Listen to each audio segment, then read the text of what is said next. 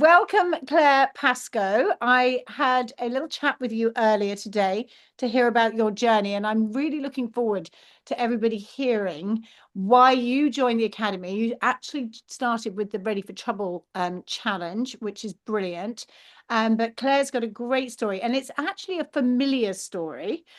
So would you like to start by telling us your background, Claire, and how you came to join the Academy? Yeah, absolutely. I started riding on Shetlands as a child and worked my way up through Pony Club and competed up to about 19. I used to represent the Pony Club, which at that point was the main avenue for kids to compete, really. And I would go out, I would jump anything, I'd do any cross-country course on my pony. I mean, I was just thinking about crazy things I did. We used to jump park benches. I mean, anything. I was absolutely fearless. Developed an allergy to horse dust, so pulled away from horse riding in line with university. Didn't get back to it because of the allergy until my daughter went to primary.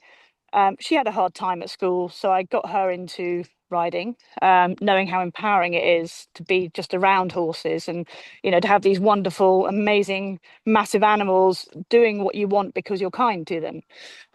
She's now going through the Pony Club. I then bought Woody as a rising 4-year-old. And as you can see, I'm a little bit overhorsed. He's a bit big for me.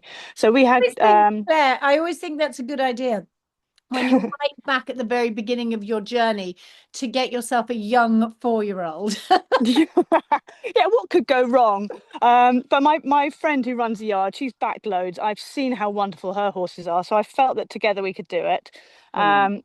She broke her collarbone, so I had to get on sooner. But he was an utter dude, really looked after me. But I forgot to tell you this earlier, but when I was on a hack with another youngster, that horse bolted. Woody stayed with me, but I had to do one rein stops all the way home. And he got a fear. I would then coil him up by holding on. He'd start doing these huge, great big leaps out. And while I could sit them, they absolutely terrified the bones of me. So I was riding defensively. I was holding him tight, and it was just a vicious circle. So I found online the Ready for Trouble and the fifth leg, which really helped because I already was riding defensively, so not far off the Ready for Trouble position. But I was holding him so tight that he was just uncomfortable and annoyed with me all the time. And I didn't dare let go because of the leaps. He would do it on the road, he'd do it anyway. Even when we get back to the yard, and he'd just stand on the yard and do one with me. Um, so learning rough ground training and the fifth leg gave me the confidence to let him stretch, let him look, let him balance, and let him be comfortable. And I often ride with one rein, so I'm very quick to pull them back if I need. So the rein slipping, all of these techniques, they're not tricks.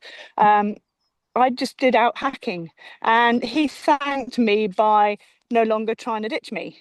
Suddenly, I was riding him how he needed, and he was comfortable. So we dared to get back to jumping, and in that process, when I came off, I also broke my shoulder, did my rotator cuff.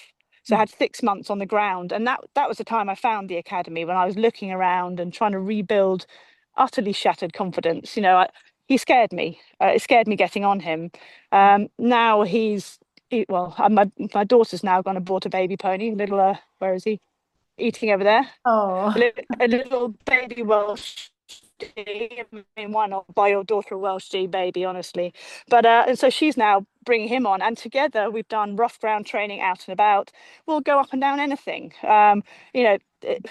It's not always pretty, but we rain slip, we put our feet in the right positions, we feel safe. Well, we're getting out and about together. We went to Pycombe at the weekend, did our first pairs jump, and I've got this amazing photograph of us both flying over a house together, massive grins on our faces. I mean, yeah, it doesn't get better than that. So although I don't have aims to compete anymore, I'm 50 now, I don't have aims to compete anymore, but I want to give Woody the experience, and I want to know I can. So mm. that's my next aim, is getting the confidence to put him into a competition arena. We do local shows, and I did take him to Hickstead show jumping this summer, which utterly blew his mind. I mean, dragon setting on overload. But we survived, and I would never, never have done that without the green print. Never. Amazing. So you did Ready for Trouble. You did the fifth leg. And just for Yeah. any of you out there that are thinking, what is this fifth leg? The fifth leg is the horse's head and neck. And if we don't allow the horse to use his head and neck, which he uses to balance himself, then he'll either A, if we're clinging on for dear life, pull us with him and we'll fall off, or B, he'll feel restricted, which I think is what probably Woody felt. It's like, Mm. you need to let me go. And off he goes. So I think a Yeah. lot of people, I don't know about you, Claire, but I hear it all the time when people are teaching, shorten your reins, shorten your reins. And actually, it's interesting when you join the academy, you realize how important it is to have enough rein to allow Mm. the horse to use his head and neck. Not all the time. We don't want him ripping the reins out and bucking and doing something naughty. And that's why Mm. Lucinda uses the expression concrete to feathers with the finger. Yeah. So It made such a difference. I mean, because yes, he used to yank me forward, then I'd be on his neck, and he'd be like, "You want off? Off you get then." And it would happen in a matter of seconds. And as soon as I stopped riding defensively and I let him move, hmm. he hasn't touch wood. Hang on, he hasn't bucked me off again. So he's Oh, happy now. He's not. I'm not jabbing him in the mouth. I'm not landing on his wither and I'm balancing him on landing. He hmm, can have the confidence now to look and stretch and move over a jump yeah, and start to bascule. I mean, if brilliant, nothing else, our photos are much better. brilliant. And when we spoke earlier, you were telling me about so each month in the academy, we release a challenge. And Mm. these challenges are, you could call them lessons or I don't know, whatever, but Lucinda hates the word lessons. So they're more like games. Now, the challenges that Lucinda creates are quite different to what your standard trainer would have you doing. Would you agree? Oh, definitely. When I did the put this pickup sticks arrangement in the school, um, I mean, I told my friends what I was doing, and they were sort of looking at it and okay, fine. So all the this is a heap of mess. And why have you made a mess?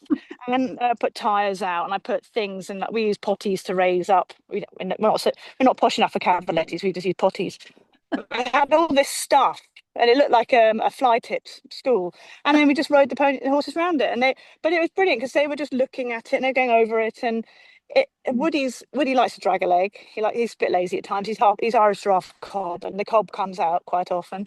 And he'll quite often just be like bowl through things. But it made him pick up, and it's Mm, amazing how many formal techniques you can use without knowing it.